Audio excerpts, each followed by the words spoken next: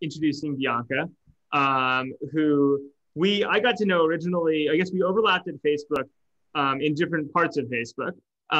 But we got to know each other, when you started your company Birdies a while ago now, not too long. Was it 3 years ago?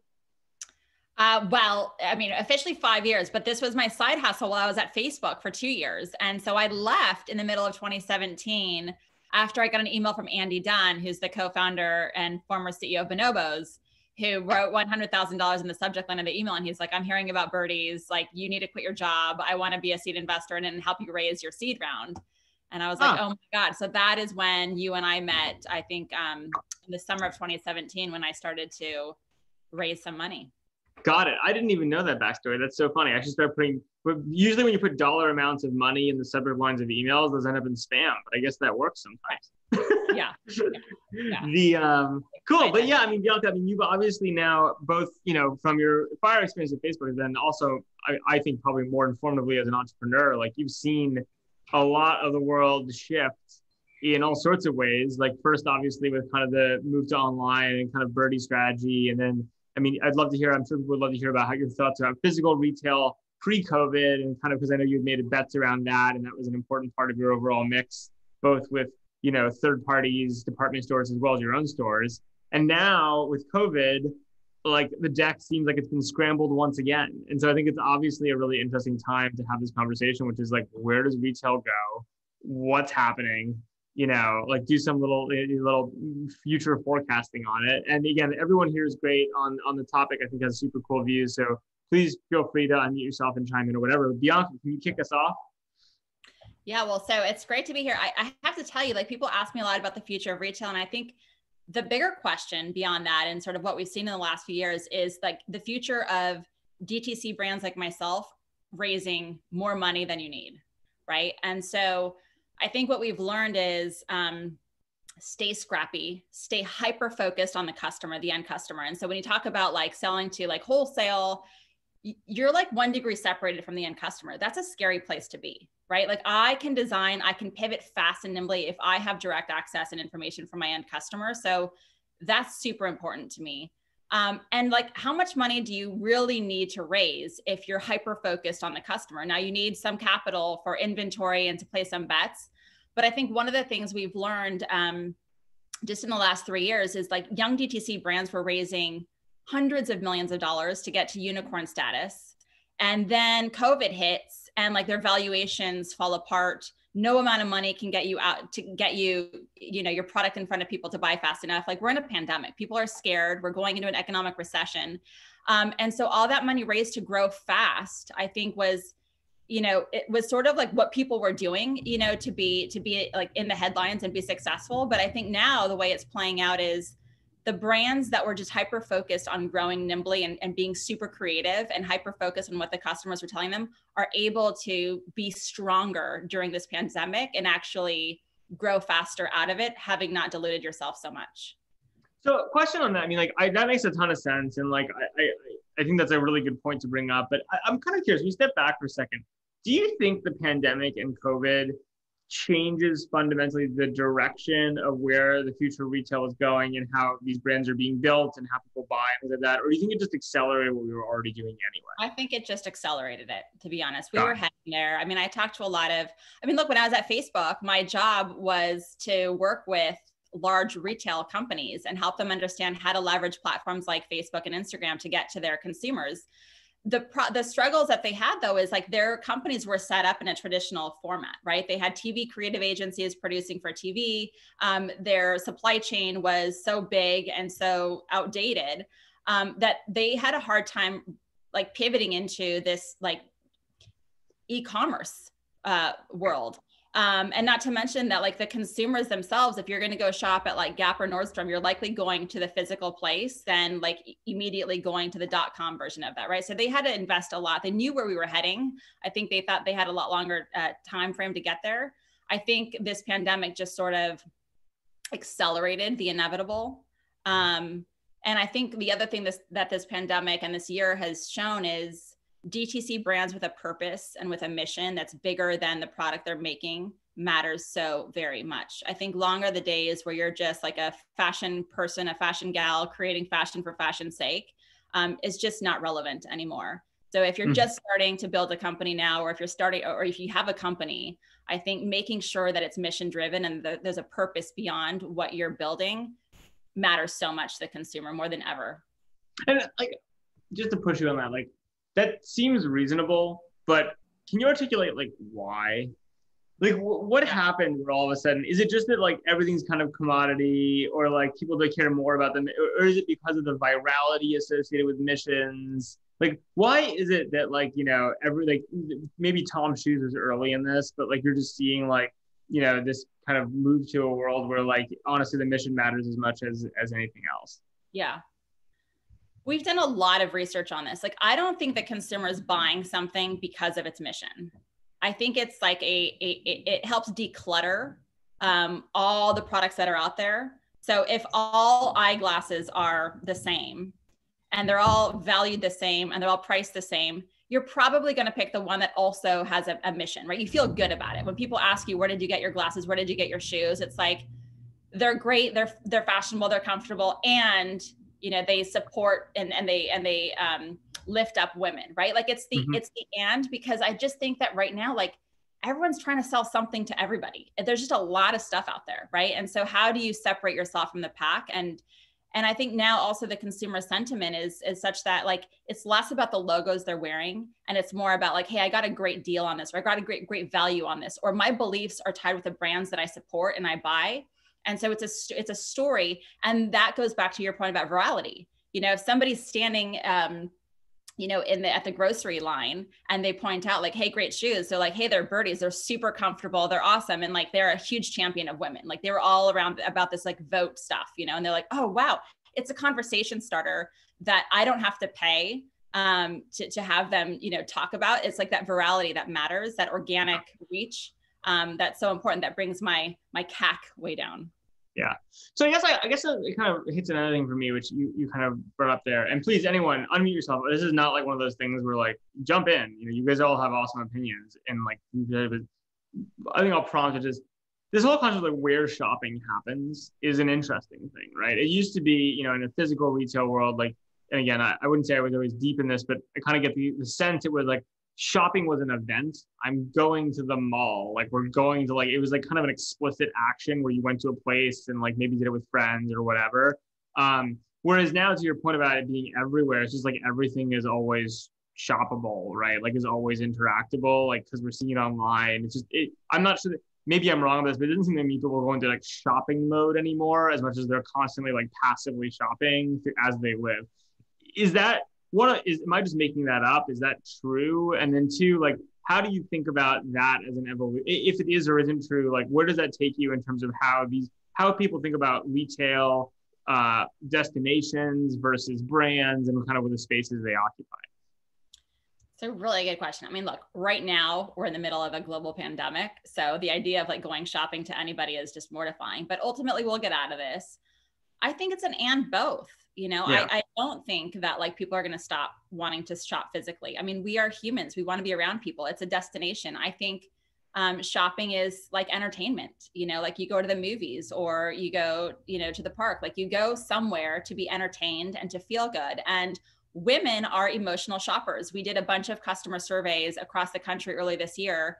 And unlike men who sort of generally buy because they need something and like whatever it is, like just have it delivered to myself, women still like to go to a physical retail space to feel good. You know, when they're feeling sad, when they're feeling happy, they want to go. And so buying something makes them feel good. Having that purchase happen immediately and going home with it matters. And that's not something that technology or e-commerce can solve for. So I think to your question, it's going to be an and both. You cannot just be, you know, one place and not the other. And we've actually seen that play out with like Everline, right? Michael Pressman was out in the press years ago saying like, I'd rather, you know, die than to open a brick and mortar store. We are direct to consumer. We are online only.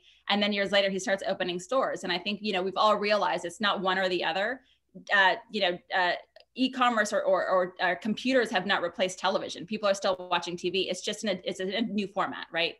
through streaming and DVR and stuff. So although just to push you, like consumers have kind of stopped. They're watching television, but it's differently, right? Like it's like the second screen effect. Where like, yeah, like my understanding of the young, what are they? They're not millennials. Who are the young people now?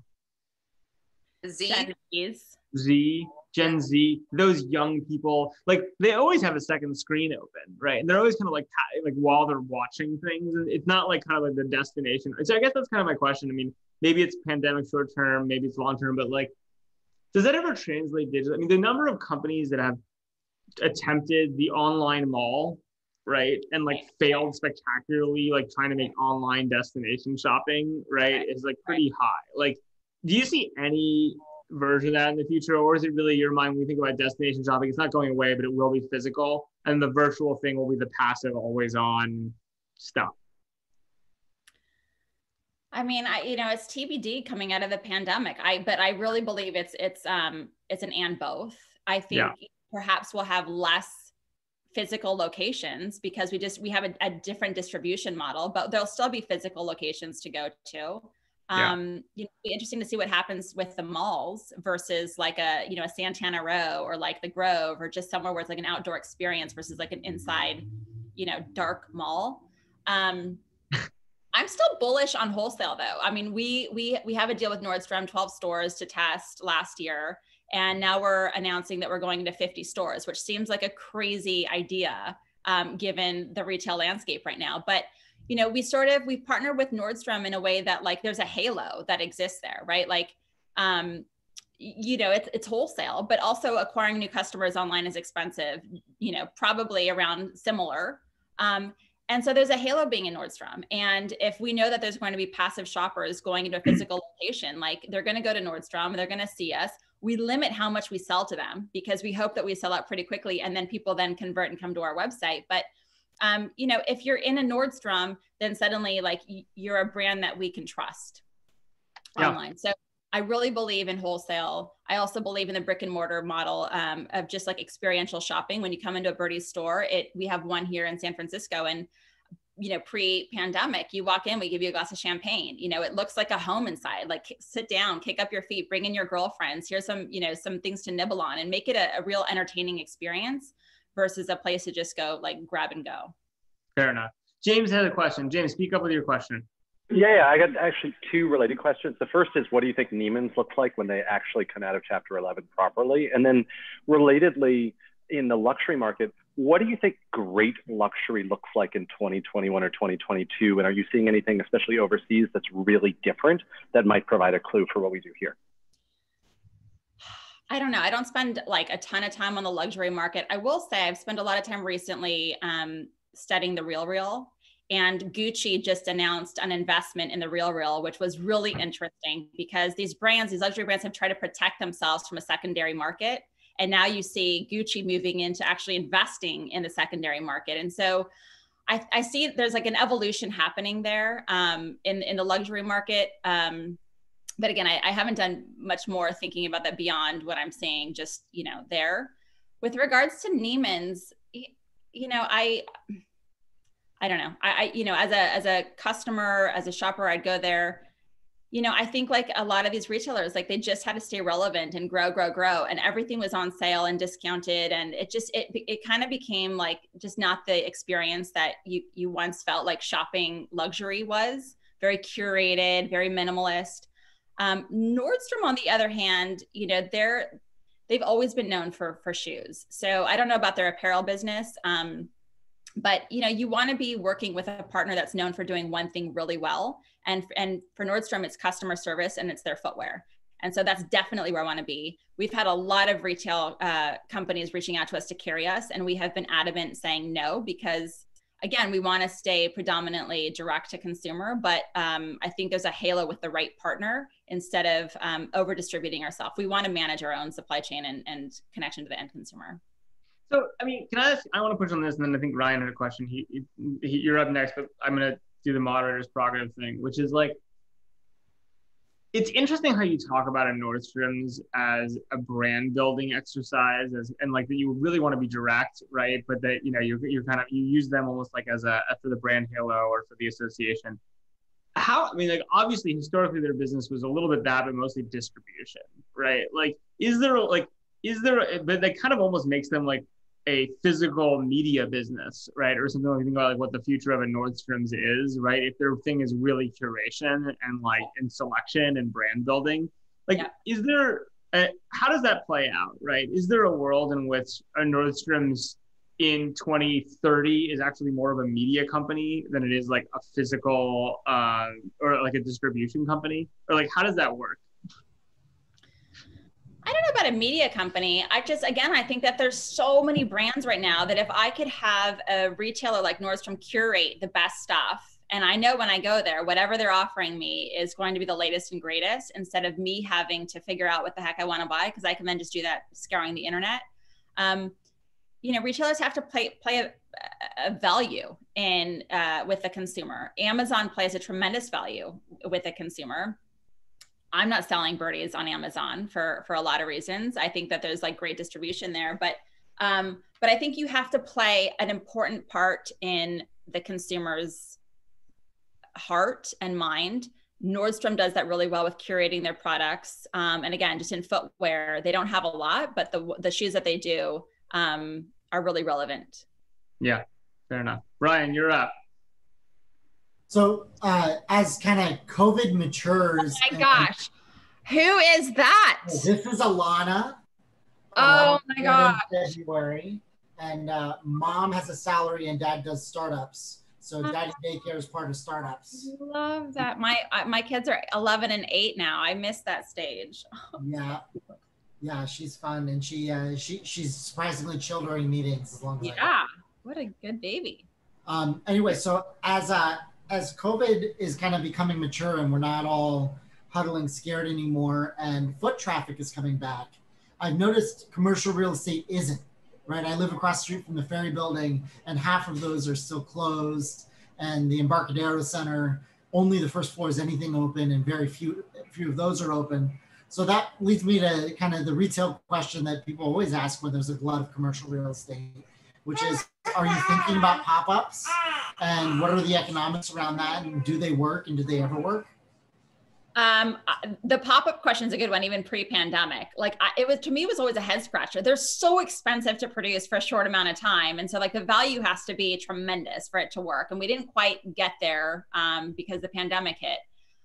I mean, maybe foot traffic is a little bit up versus like the beginning of the pandemic, but it's a very cold way of shopping right now. You have masks on, you can't touch product, you can't try it on, you can't sit closer than 6 feet apart. Everybody has like the hand sanitizer. It's just not the same experience. Now we have people coming to Birdies to pick up shoes because they know what they want to buy and they're going there to buy it immediately. Like this idea of like casual browsing is just like, I don't see that picking up a lot right now. With a pop-up, you're creating a destination and this experience. But it's hard to really be relevant with an experience when everybody has masks and aren't touching and and you can't, it feels wrong. So I don't see a lot of pop-ups happening in the next year, to be honest. I don't think any brand wants to be like the driver of, a large group of people or having people wait in line to come in. It feels wrong, right? I mean, you can only have a certain amount of people in a store at a given time. But I think that there's other ways to produce experiences for people. And so we're constantly thinking of like out of the box ways that we can build our brand that is on the ground and sort of events driven without having to be the driver of the events ourselves. So I know I'm sort of speaking like in crazy terms, but hopefully in the next couple of months, like something major will be announced. But like it's on the brands now to get really creative and redefine what community means in a pandemic timeframe. Cool, makes sense. Natalie, I know you have a question. Okay, why don't you go and then Miles?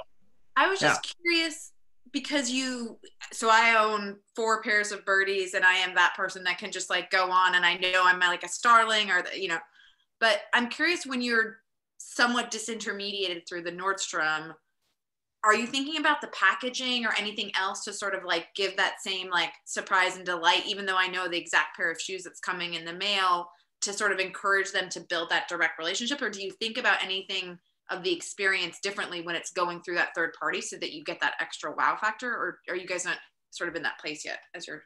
We're still so young. I mean, like, Yeah. we just have bandwidth to like do what we're doing really well. I mean, the Nordstrom experience, I mean, we do treat them as like influencer marketing, just as we would pay an influencer. Like, that's how we view Nordstrom right now. And I say that in the nicest of ways, if, you know, if Nordstrom were to hear this. But I think there's a lot to do there. I mean, I think if we want to do Nordstrom really well, we'd have to have like an internal sales team that is constantly educating their sales team on the floor. The way that their sales team on the floor are incentivized is through incentives by the brand, which is something that I learned, right? So like, if you sell 10 pairs today, you get a $25 gift card to Starbucks, for example. And so like, if you're not playing that game with these retailers, they're not selling your product. I mean, there's a reason why you go into a Nordstrom and you're like, I want a leopard shoe, a Sam Edelman leopard shoe. And then they're like, perhaps you'd like to see the Birdies, you know, Starling shoe as well. There's a reason for that. So I think there's a lot of work we'd have to do there. Just on, you could just kick them all out in Birdies, all the salespeople. I know. Well, but that's the thing is, so like, you talk about surprise and delight, which is something super near and dear to our heart. Yeah. I think the surprise and delight comes in the form of us educating their salespeople to really be brand evangelists and advocates of our brand, and understand the 7-layer technology we have, cushion technology we have in our shoes.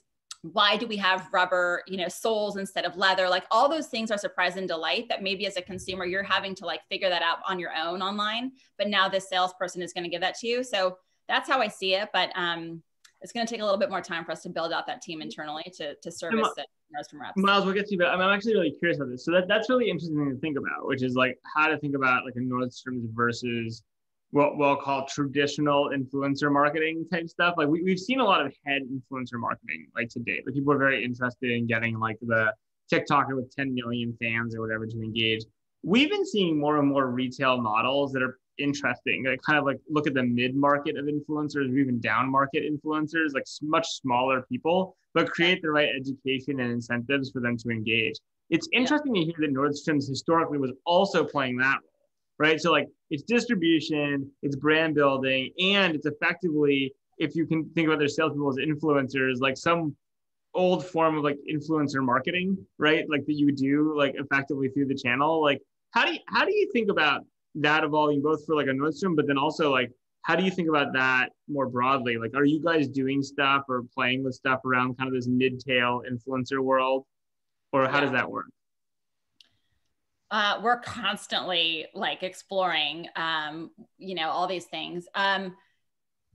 We've tested the bigger influencers, and I think like, you know, they're expensive and they have a lot of followers. Maybe engagement isn't as high, but they're really like, it's the cool factor. Like, you know, consumers know if you have a big mega influencer wearing you, like either you're hot as shit or you have enough money to pay them to do that, in which case you're bigger than I thought you were. And so like, now I'm going to trust you.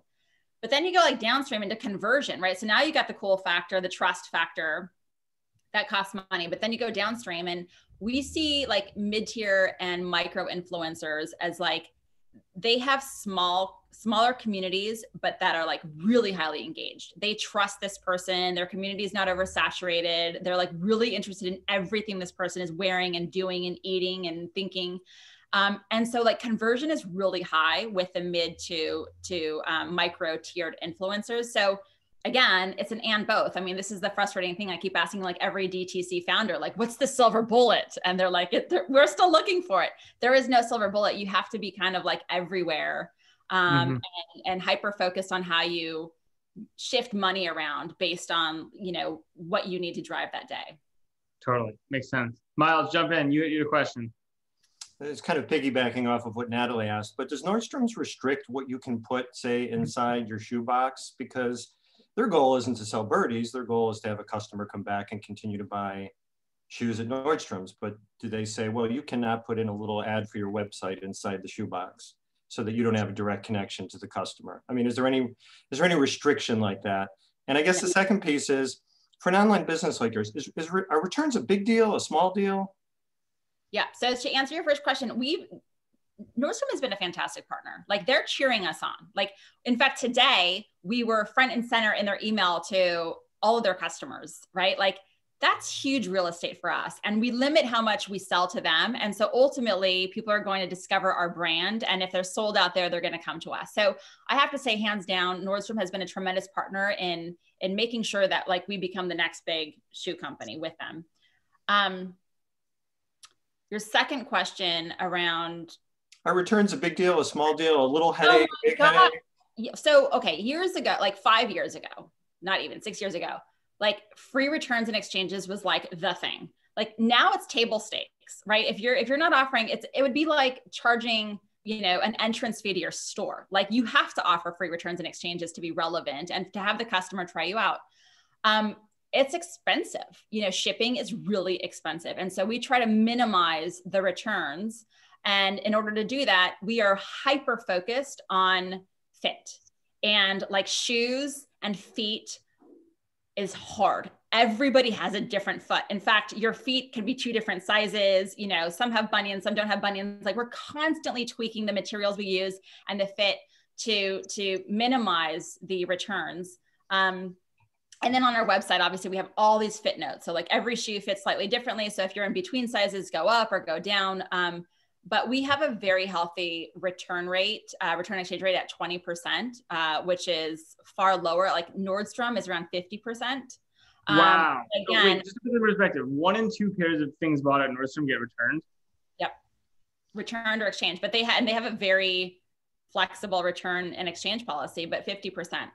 And sorry, not to rat hole on this. I want to get to Goldblast. I want you to finish, and I want to get to Goldblast question, but like, just because that number blows my mind, and I don't know retail, is that because people like in this day and age, because of free returns, there's like, fuck it, I'll buy 4 things and return 2 of them? Like, has returns gone up because people know it because they're free, or is that just like historically returns have been much higher than in my mind I would think they were? Well, I have a funny anecdote. There's a Saks Fifth Avenue in LA, and there's one in Orange County, and we would always go shop at the Saks Fifth Avenue in Orange County, because like a lot of the stuff there was on sale that you couldn't find elsewhere. So what was happening, we'd ask the salespeople, like, why is this? And there was a lot of peer pressure for women to go shopping together to buy everything that looked great on them. But then they would go home and they would feel guilty for having overspent and buy too much. And then they were too embarrassed to go back to the store and return it. So they would drive down south an hour and return it at the Saks there.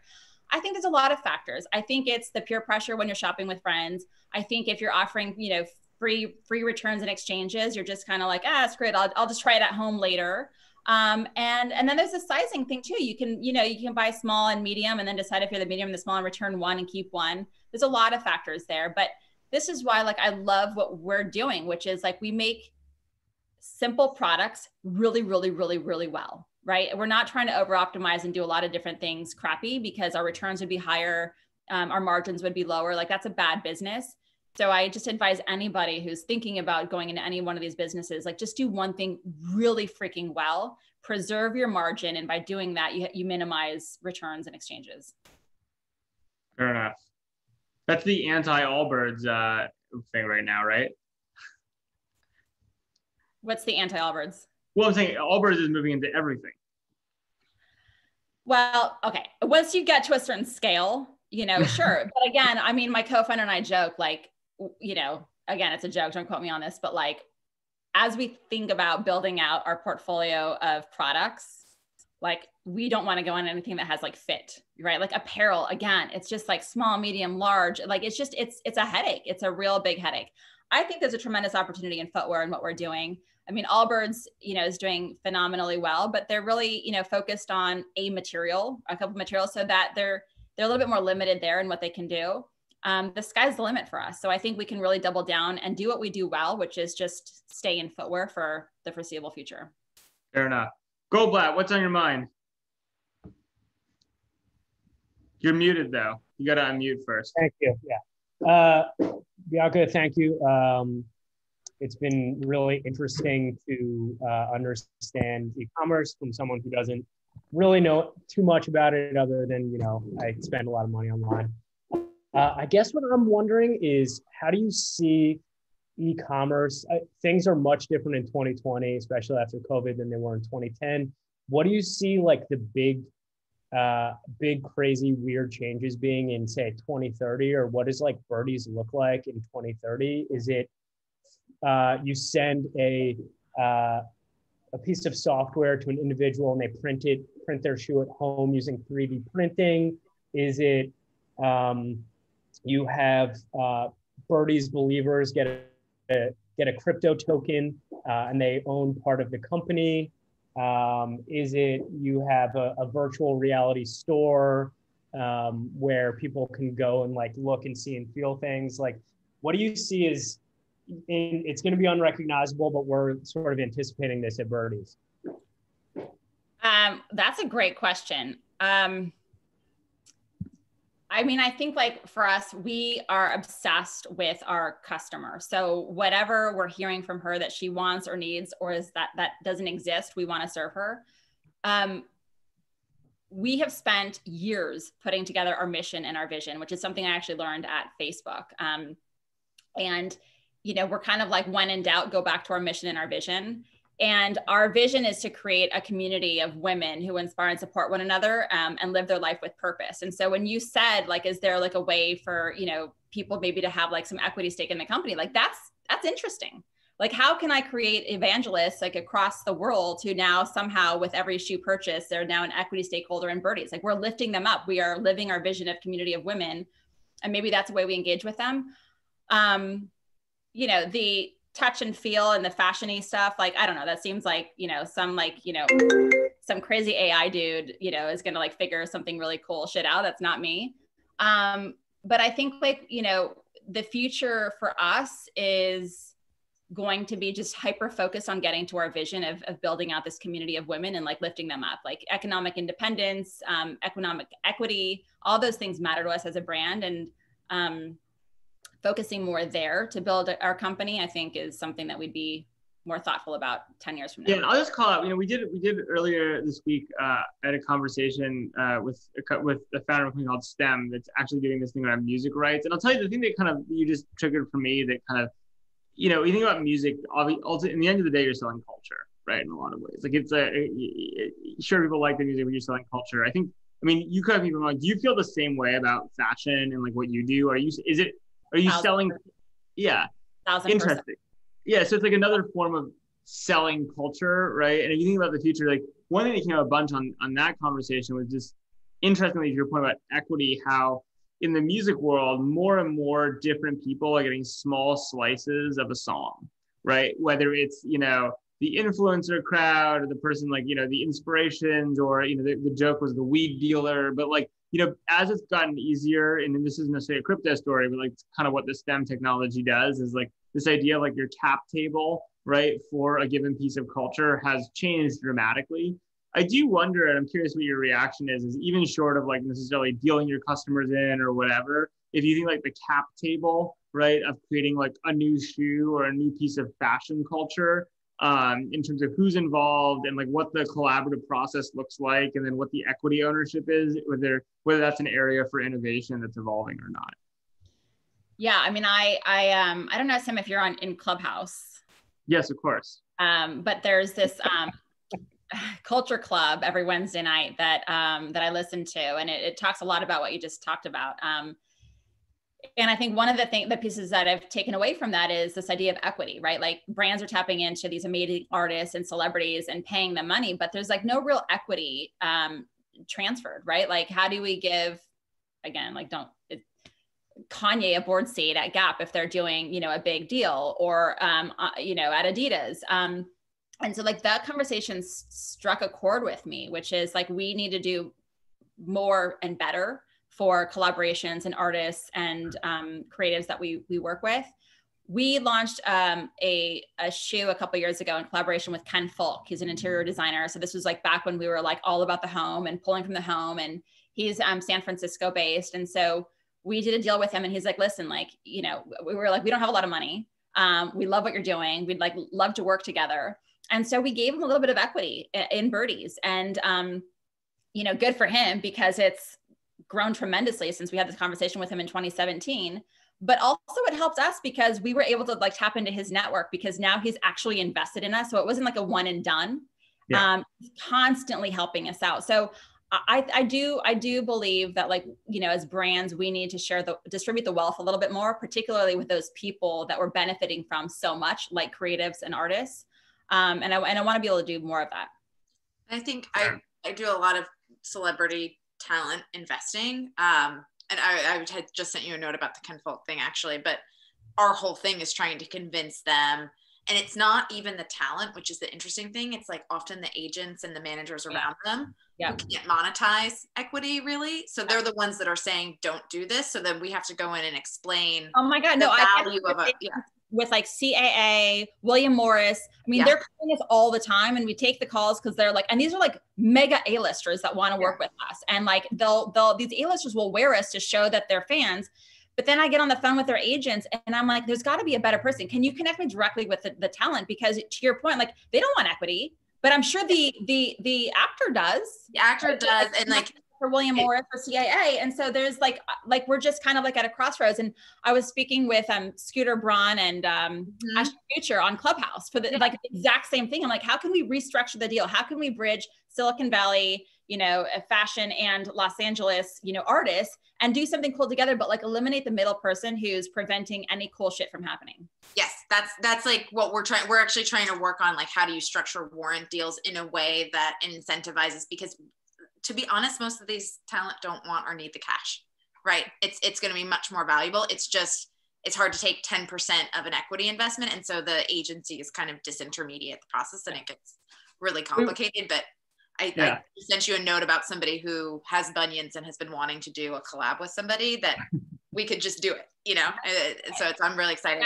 Give me an email on Bianca@birdies.com if anybody has, but like, this is Sam going back to like how we change what's happening and also live up to our mission and vision, which is like create more distribution of wealth and equity to people that we're working with. And that's never happened before in fashion and in retail. But brands like ours that are purpose driven, I think like we have the opportunity to like change the game in a positive way. We're actually announcing we're going to become a B Corp very soon, which is like we're doing business for good, even though we are a business for profit.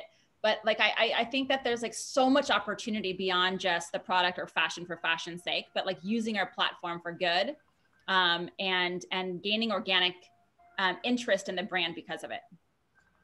One thing that you might want to check out is, I don't know if you know who Jesse Walden is. He was at Andreessen Horowitz and Spotify, and he just started his own fund called Variant Fund. And he's coined the term called the ownership economy, which is basically anything that solves this problem of getting the people who create the value rewarded for it and cutting out the middleman. So it might be worthwhile to DM him on Twitter and just, you know, kind of pick his brain or read some of his posts or whatever. Well, I mean, I know this to be true. I don't need any more data points to suggest that we need to distribute the wealth, particularly to those people that we're benefiting from as a brand. Like that, I believe in wholeheartedly. Now, I just need to get directly connected to the people to do the deal with and cut out the middleman, as you say, or have the middleman, you know, rethink how we structure these deals. Yeah, I also think it's in the end of the day, it's interesting. I mean, this has been actually a major theme I've found in like my professional life, starting from the first company I started, which was kind of an early form of ISAs, moving people from debt forms of you know, taking on debt to go to school to like an equity driven model based on kind of how they do and, you know, based on their income is, you know, money, financial, like dollars are really, really useful when you're transacting with people who you don't know and don't trust. Like the beauty of a dollar is a dollar is a dollar is a dollar. I can transact it once and I'm done. And like, you know, and it actually creates huge trust. You basically have this huge trust node in the US government. We all kind of mostly trust dollars. And so we can all trade with each other even if we don't know each other. But in a high information environment where we do know each other and we do have context and identity matters and brand matters, aligning equity, if you can afford the paperwork, is actually like a far better model, both for society in a lot of ways. Like we could be invested in each other, invested in the towns, invested in our culture more directly, versus kind of the one and done trading. I think it's like actually a much better model. And it's one of the key things I think technology unlocks that we're not fully taking advantage of yet. So I think that's very cool. I guess we probably have time. I know we're kind of at the end for one more. Trish, you raised your hand. You want to ask the final question of the day? That feels like a lot of pressure, but sure. Bianca, not to put you on the spot, but in the conversation of like value creation and equity and the evolving landscape of retail, how do you think about like an exit plan, or what is the goal for Birdies long term? I mean, I think we've all seen that a lot of brands are now creating these communities and are taking a different approach than brands have historically. And I think from like a VC LP perspective, I'm really curious what that looks like as far as an exit. Yeah. I mean, I guess I just like, I don't know, Sam, cover your ears. Like, I don't think about exits so much. I mean, we're still fairly early, but you know, I think I would probably be thinking more about an exit if I was in the business of creating a product that I want to get to a certain revenue metric and then sell it, right? Like, I'd be thinking about an exit. Like where we're at is like, we really believe that we're building the future of people and community and, you know, equity, like distribution for others. And so like, I don't ever want to give that up. Like we're just at the beginning of this. Like what I'm saying is like, how can I get more people on board? Like, how can we do more collaborations with more people where our incentives are aligned, where we're creating a bigger company so that there's more equity to then distribute the wealth. Like, I don't want to exit that. Like, I want to do this forever. Right. And so like, then I start to think about like other extensions with the products. Like, I think, you know, we make a very comfortable and stylish shoe that serves women, but like, what are other things that we can do? Or how do we double down there, or just keep building? You know, the world always will need shoes. So I see a potential where we just only stay in shoes. Like why reinvent the wheel? If I go into apparel, it's a completely different factory and sizing and materials. Like I am like reinventing the wheel. I want to double down on what I know and build tremendous value. And I can do that through networks of people. And I can do that if they're investors in this company. They're now hyping up this amazing brand and product to others. And we can grow and keep CAC low and keep expenses low, because the community is what's building and driving the business, not more investors. Sorry, Sam. I don't worry. It's all good. I won't expect a check anytime soon from your exit. But by the way, that's not to say that there can't be a distribution at some point, you know. So it's I think it's a great position. The company's our fund is literally called Slow, because these things take time, and good things take a long time. Anyway, guys, listen, I want to thank everyone for joining. Bianca, thank you for joining and kind of hosting this conversation. I thought this is super interesting, and I don't want to go too far over time because I know we're in the middle of the day and people have stuff to get to in meetings, but I just want to thank you. I really enjoyed the conversation and a lot of your thinking in the bigger picture. And I also just really enjoy the opportunity to see some human faces, even as on Zoom in a setting like this. So thank you. If anybody wants to follow up, I'm just Bianca@birdies.com. Thank you all. This was so wonderful. It was the highlight of my week. Thank you. Thanks, Bianca. Bye, everyone.